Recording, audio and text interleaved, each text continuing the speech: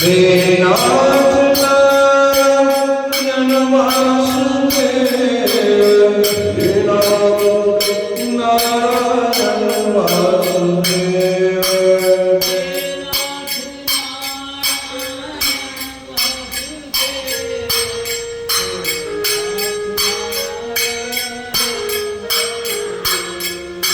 श्री कृष्ण गोविंद हरे मुरारे, नारायण वासुदेव।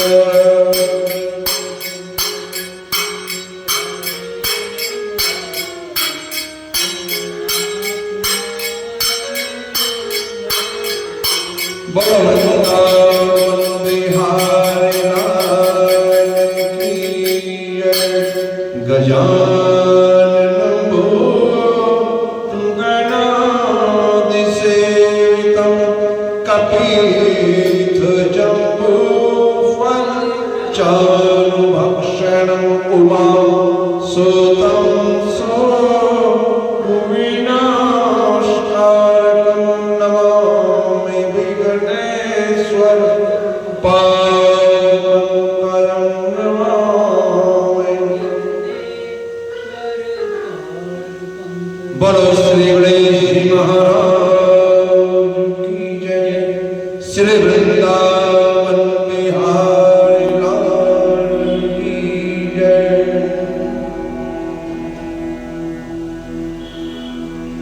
नारद मुनि जी ने हिरणाक्ष से कहा कि हे हिरणाक्ष, इस समय नारायण जी ब्रह्मा रूप धरकर पृथ्वी लाने के लिए पाताल में गए हैं। अगर तुम्हें लड़ना है तो तुम पाताल में जाओ और वो तुम्हारे साथ लड़ेंगे। हिरणाक्ष नारद मुनि से ये बात सुनकर बड़ा प्रसन्न हुआ। हाथ में गदा लिए हुए ब्रह्मा जी भगवान से लड़ने के लिए पाताल की ओर चल दिया। जब जा रहा था पाताल में, रास्ते में ही ब्रह्मा भगवान अपने दांतों पर पृथ्वी को फूल के समान लिए हुए चले आ रहे हैं। उन्हें देखते ही हिरणाक्ष ने हंसते हुए कहा, हे चोर, कहां जा रहा है?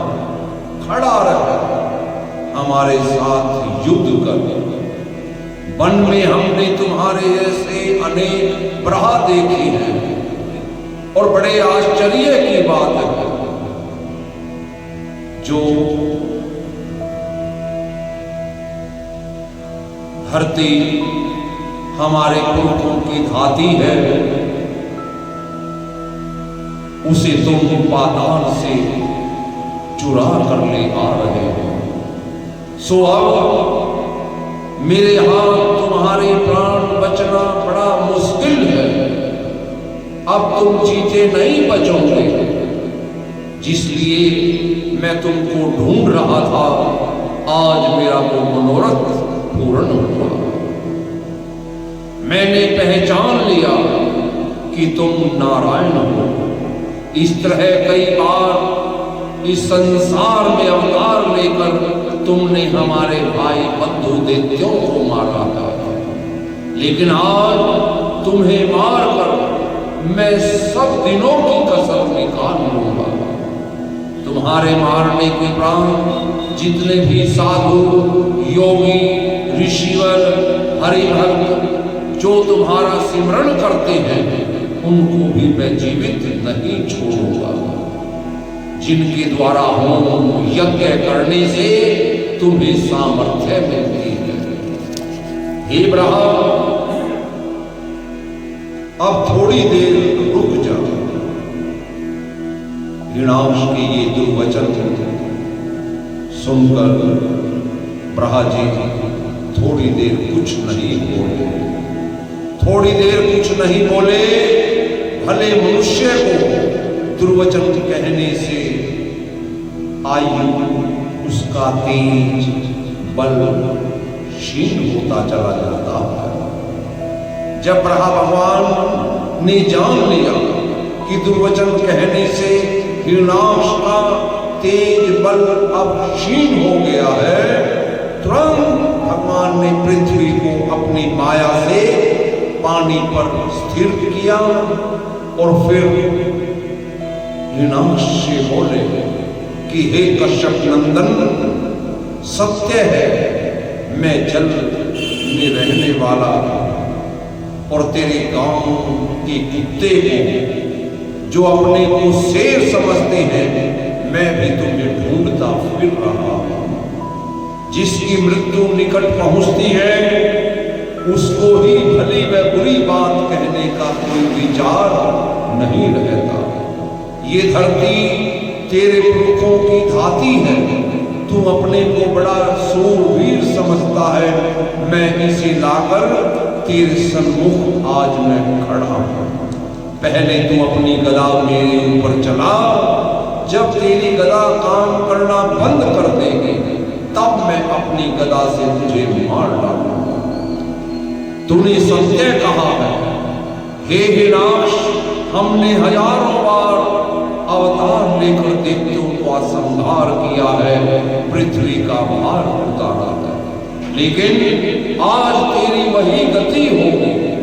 ये वचन सुनते ही हिरण्याक्ष को क्रोध आया और वो भगवान पर अपनी गदा चलाने लगा। नारायण जी ने उसकी गदा रोककर अपनी गदा उससे मारी और इस प्रकार से दोनों में गदा युद्ध होता रहा और लड़ते लड़ते जब थोड़ा सा दिन शेष बच गया तब ब्रह्मा जी ने आकर भगवान से विनय करते हुए कहा, हे महाप्रभु, आप इस दैत्य हिरण्याक्ष को मारने में विलंब क्यों कर रहे हैं? इस अधर्मी को जल्दी मार दो और देवताओं का डर छुड़ा दो। तुम्हारे सिवा दूसरा कोई ऐसी सामर्थ्य नहीं रखता जो इसका वध कर सके। ब्रह्मा जी का वचन सुनते ही ब्रह्मा भगवान ने एक गदा हिरण्याक्ष के ऐसी मारी कि वो तुरंत पृथ्वी पर गिर पड़ा और फिर उसने उठकर हिरण्याक्ष ने अपनी माया से चारों ओर अंधियारा उत्पन्न कर दिया और भगवान ने सुदर्शन चक्र से आज्ञा दी और तुरंत सुदर्शन चक्र ने हजारों सूर्य के समान महा उजाला कर दिया। इस प्रकार से हिरण्याक्ष ने नारायण जी पर त्रिशूल चलाया, तब सुदर्शन चक्र ने उसका त्रिशूल काट डाला। फिर ब्रह्मा भगवान ने एक तमाचा हिरण्याक्ष को ऐसा मारा कि वो तुरंत गिर पड़ा और गिरते ही उसके प्राण निकल गए। मरते ही देवताओं ने प्रसन्न होकर ब्रह्मा भगवान पर पुष्प वर्षा की और अपना मनोरथ पूर्ण जानकर बाजे बजाए भगवान का गुणगान किया। हिरण्याक्ष मारा गया, तब ब्रह्मा जी ने देवताओं सहित ब्रह्मा भगवान के पास जाकर इस प्रकार से उनकी स्तुति करते हुए कहा, हे ब्रह्मा परमेश्वर, आपने साधु ब्राह्मण हरिभक्त देवताओं और यज्ञ की रक्षा करने के लिए अवतार लेकर इस अधर्मी हिरण्यकशिपु को मारकर इस पृथ्वी का बोझ उतारा है। अब तुम्हारी कृपा से इस पृथ्वी पर सभी जीव आनंद से रहेंगे और यज्ञ तप दान पुण्य करते हुए अपने जीवन का आनंद लेंगे। जब देवता लोग नारायण जी की स्तुति कर चुके तब पृथ्वी स्त्री रूप होकर ब्रह्मा जी भगवान के सामने आई और उसने भी हाथ जोड़कर कहा कि हे ज्योति स्वरूप, आपने दया करके मुझको पाताल से लाकर यहाँ पानी पर स्थिर कर दिया है। अब सब छोटे बड़े जितने भी संसारिक जीव हैं अपने चरण मेरे ऊपर रखेंगे। सो आपने आदर करके मुझे अपने दांतों पर उठाया,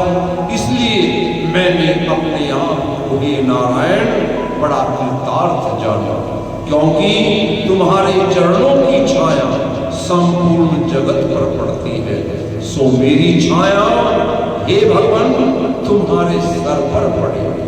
मैं एक बात से बहुत डरती हूँ कि कलयुग में मनुष्य बड़े पापी होंगे, अपना धर्म कर्म छोड़ देंगे, दिन प्रतिदिन अशुभ कर्म करते रहेंगे, हरि भक्तों से बैर और तुम्हारी भक्ति से विमुख अपने माता पिता का अपमान और अपनी स्त्री से प्रेम ना करके पर पुरुष पर स्त्री से प्रेम करेंगे। और जब ऐसे व्यक्ति मेरे ऊपर रहेंगे, धरती कह रही है, तब हे नारायण मेरा मन बड़ा दुखित होगा। इसलिए कलयुग में आपस के विरोध से मनुष्यों को बड़ा दुख होगा। जब ऐसे अधर्मी लोग इस धरती पर नित्य प्रति पाप करेंगे और अपने चरण मुझ पर रखेंगे, तो हे नारायण मैं बड़ी दुखी हो जाऊंगी। और उस दुख से हे नारायण मेरी रक्षा आपको करनी चाहिए। ये वचन धरती माता के सुनकर ब्रह्मा भगवान बोले, हे धरती हे पृथ्वी तुम इन बातों का डर मत रखो। जब जब अधर्मी लोग उत्पन्न होंगे तब तब तुम्हारे दुख को छुड़ाने के लिए हम सैगुण अवतार लेकर अधर्मियों को मारेंगे और तुम्हें सुख दान देंगे। ऐसा कहकर ब्रह्मा भगवान वैकुंठ धाम पधार गए और सब देवता अपने अपने लोकों में चले आए। इति श्री भागवत सकल कथा विराम। बोलो श्री विष्णु भगवान की जय।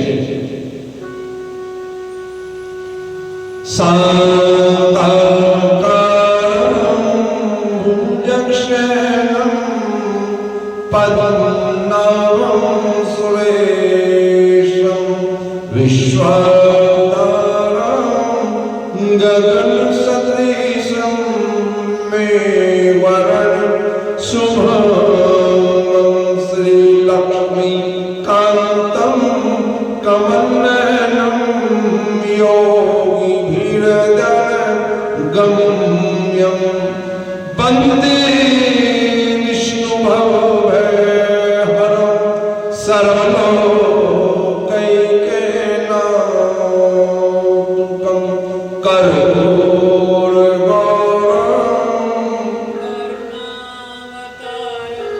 संसार सारं भुजगेन्द्र सदा वसन्तं भवं भवानी सहितं नमामि।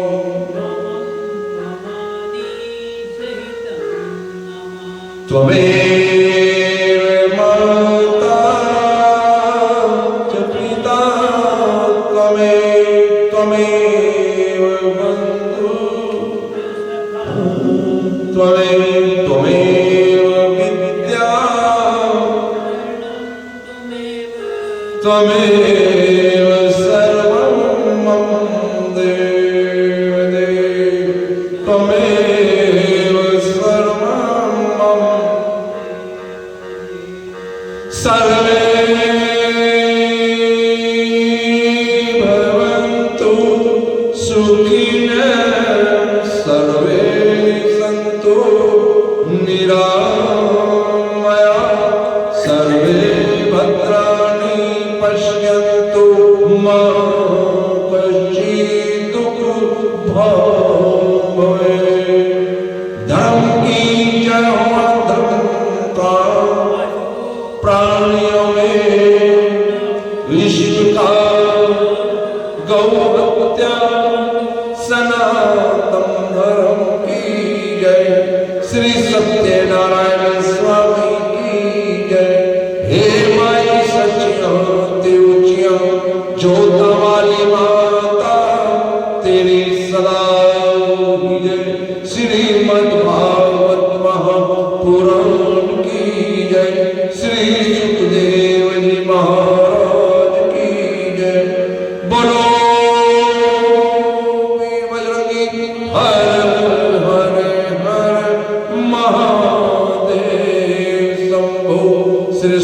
शंकर भगवान की जय। जय जय श्री राधे श्याम, जय जय श्री राधे श्याम, जय जय श्री राधे श्याम। ओम त्र्यंबकं यजामहे सुगंधिं पुष्टिवर्धनम् उर्वारुकमिव बन्धनात् मृत्योर्मोक्षीयमामृतात्। ॐ त्र्यंबकं यजामहे सुगंधिं पुष्टिवर्धनम् उर्वारुकमिव बन्धनात् मृत्योर्मोक्षीयमामृतात्। ॐ त्र्यंबकं यजामहे सुगंधिं पुष्टिवर्धनम्